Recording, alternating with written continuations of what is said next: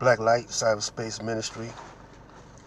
I'm out here waiting on little grandson, you know. I'm in the woods across from the D by the lakes, the icy lakes. Area code 313, Cyberspace Ministry once again. The Aboriginal Universal Supreme Conscious Council of the Elders. And this one right here, this video, and it's going to be pertaining to, turn on this heat.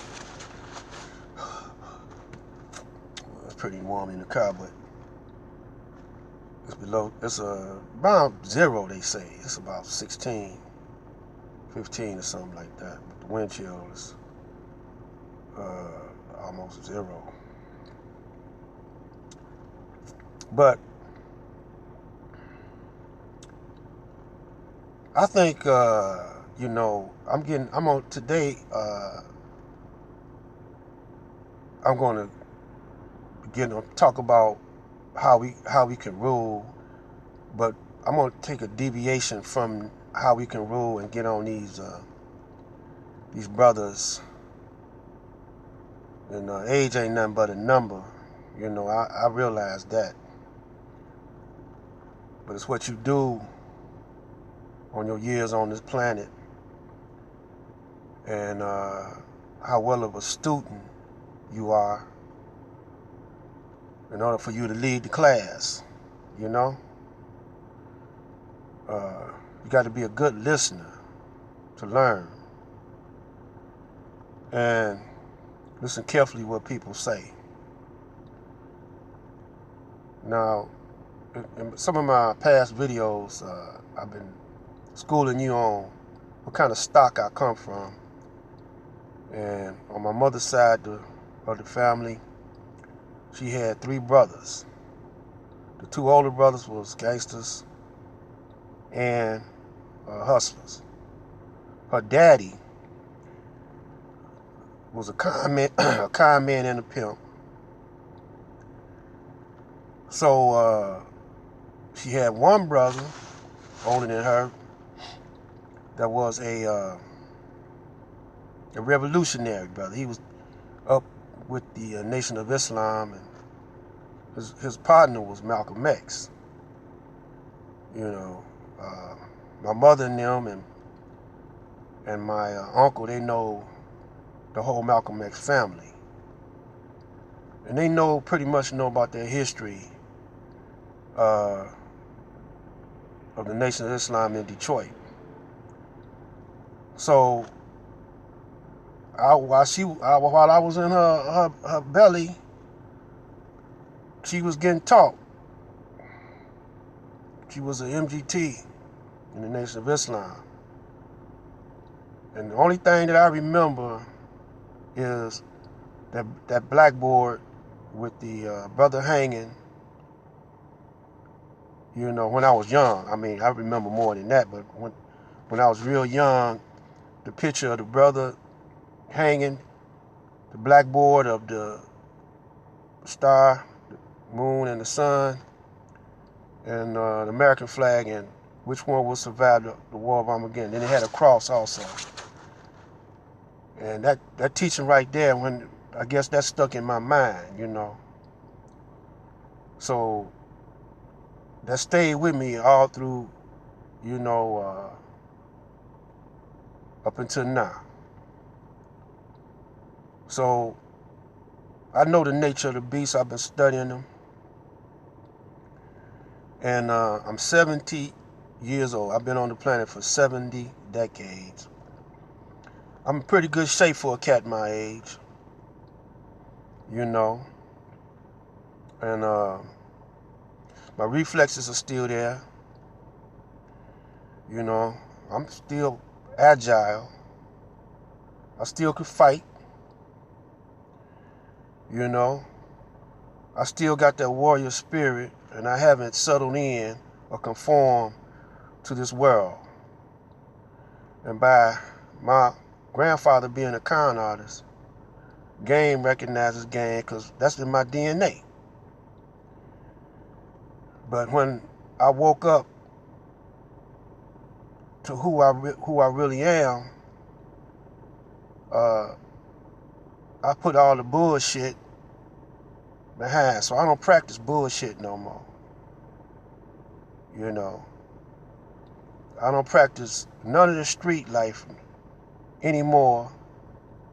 I reform myself. I'm not chasing after that fiat dollar. I settled down my ego.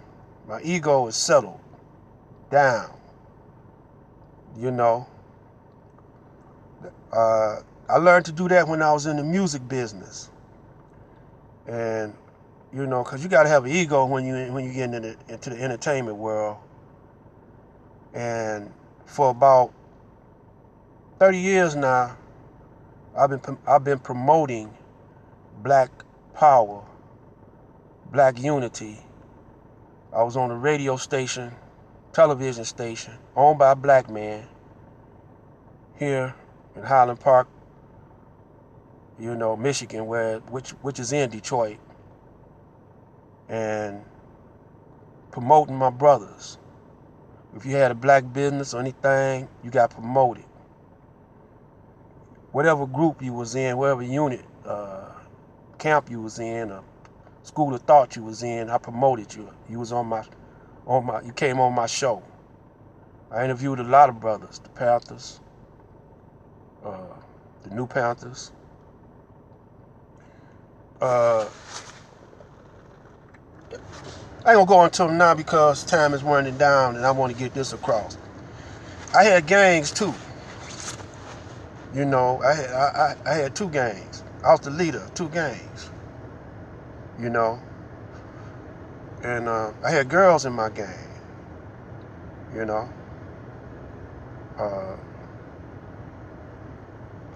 I had a singing group. I had a couple of bands. I had many singing groups and a whole lot of bands. And I was a recording artist. I made my first money at performing, singing it when I was 12 years old. You know. So in Detroit, we came up kind of different than brothers in other cities because in the 50s, when we came to schools, we didn't have no buses shipping us in. We just went in there and turned the school out. We had battles, race riots. You could look it up in the Free Press and in some of the archives of the Free Press of the Detroit News when post junior high and Mumford, we had race riots. The students, blacks fighting whites, blacks fighting the Caucasian, jacking police up. You know, the ones that walked the beat over there on Finkel and between Livernois, we jacked them up. Took their guns, you know.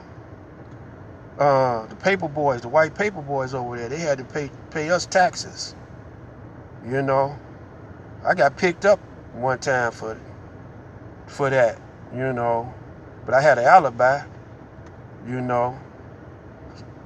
But the rest of my crew, they did a little something, you know, a little time or whatever, put on probation or something. And then we started fighting the Palmer Park police, man, picking them off. And then that's when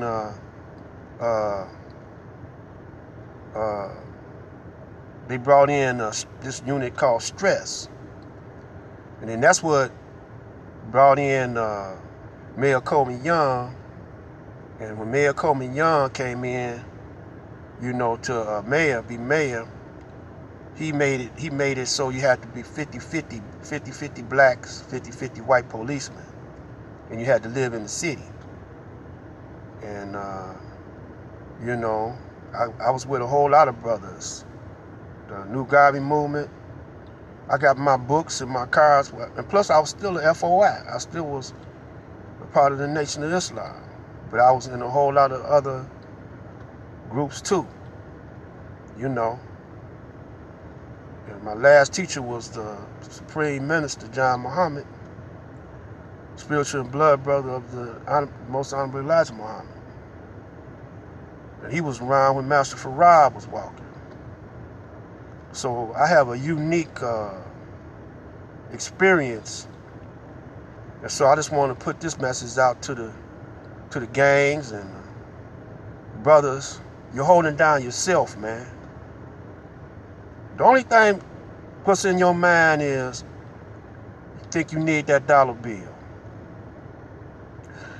So the Caucasian knew this. Slave master knew this. So he using that dollar bill to inflate your egos worse than what they are now. See, y'all the natural warriors, man, but y'all being misled. Y'all fighting each other instead of the enemy. And that's what happened to us, man. When I was a youngster, man, after we got through chasing the whiteys out the we chased them whiteys into the suburbs. You know. And then when there wasn't no more whiteys around and that dope hit the neighborhood, because that was around that time, it was around the time of the Vietnam War, see.